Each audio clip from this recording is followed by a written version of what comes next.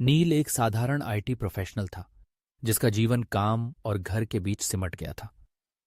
उसकी जिंदगी में कोई खास रोमांच नहीं था, लेकिन एक रात जब वह देर रात ऑफिस से लौट रहा था, उसका फोन बजा। हेलो। उसने झिझकते हुए कॉल उठाया। दूसरी तरफ से एक धीमी और गंभीर आवाज आई। तुमने जो किया है उसकी सजा भुगतने के लिए तैयार हो जाओ। नील का दिल जोर से धड़कने लगा। कौन हो तुम? मैंने क्या किया है? उसने पूछा। तुम्हें पता चल जाएगा समय आने पर, कहते ही कॉल कट गया। नील ने इसे किसी का मजाक समझा और ज्यादा ध्यान नहीं दिया, लेकिन अगले दिन ऑफिस में काम करते वक्त उसकी स्क्रीन ब्लिंक करने लगी। स्क्रीन पर एक अजीब सा संदेश आया। वक्त कम है नील, सच का सामना करो। नील परेशान हो गया। उसने आईटी टीम से जांच करने को कहा, लेकिन उन्हें कुछ भी संदिग्ध नहीं मिला। रात में जब वह अपने फ्लैट में पहुंचा तो उसे दरवाजे पर एक लिफाफा पड़ा मिला। अंदर सिर्फ एक शब्द लिखा था, मौत।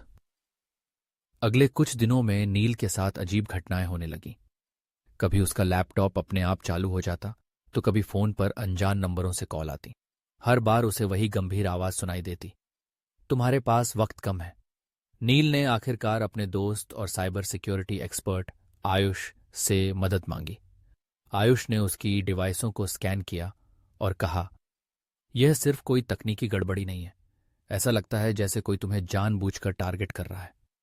आयुष ने जांच करते हुए कहा, तुमने पिछले साल एक कंपनी के डेटा लीक की खबर सुनी थी। हो सकता है यह उससे जुड़ा हो। नील के चेहरे का रंग उड़ गया। उसने बताया, मैंने उस केस में एक रिपोर्ट फाइल की थी।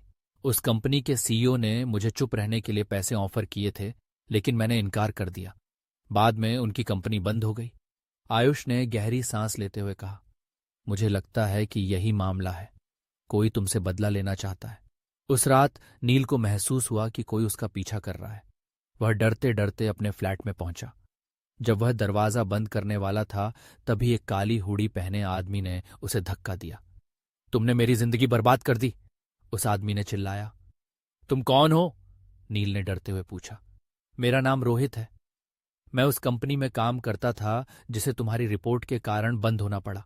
तुम्हारे कारण मैं और मेरे साथी बेरोजगार हो गए। रोहित ने नील पर हमला करने की कोशिश की, लेकिन नील ने खुद को बचाते हुए पुलिस को कॉल कर दिया। रोहित ने चाकू निकाल लिया और कहा, तुम बच नहीं सकते। तुम्हें मेरी तकलीफ समझनी होगी। नील ने उससे बात करने की कोशिश की। मैंने सिर्फ सच उजागर किया था। अगर कंपनी सही होती तो वह बंद नहीं होती। ये तुम्हारी गलती नहीं थी। तभी पुलिस वहां पहुंच गई और रोहित को पकड़ लिया। पुलिस ने रोहित को गिरफ्तार किया और नील की सुरक्षा सुनिश्चित की। नील ने इस घटना से एक गहरी सीख ली। सच का साथ देना हमेशा आसान नहीं होता, लेकिन यह जरूरी होता है। कुछ समय बाद उसने अपनी कहानी एक ब्लॉग में लिखी, जो वायरल हो गई। उसकी हिम्मत और सच्चाई के प्रति समर्पण ने कई लोगों को प्रेरित किया। सच की राह कठिन हो सकती है, लेकिन वही राह सबसे सही होती है।